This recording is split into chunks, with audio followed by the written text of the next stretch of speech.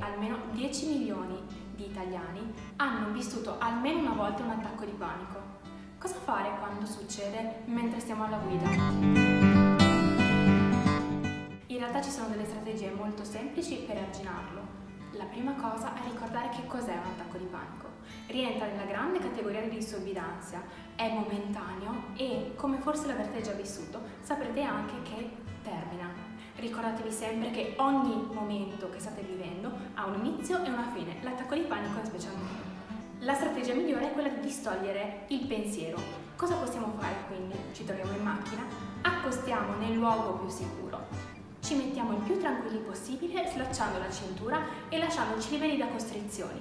In seguito guardiamo fuori dal finestrino cercando di elencare con molta cura e attenzione le macchine che passano, il colore, la forma, la targa o addirittura il modello per chi se ne occupa già in modo un po' più professionale.